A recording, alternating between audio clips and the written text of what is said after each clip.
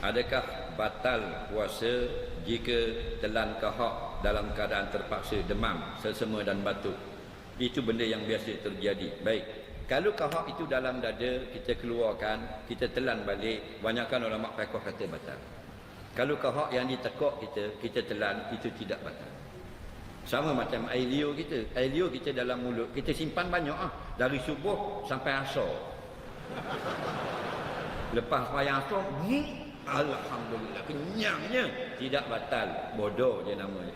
Nah, tapi kalau kita keluarkan air liur itu walaupun duduk di bibir, nah dalam kitab ini ayat buh bibir, telang balik batal. Nampak?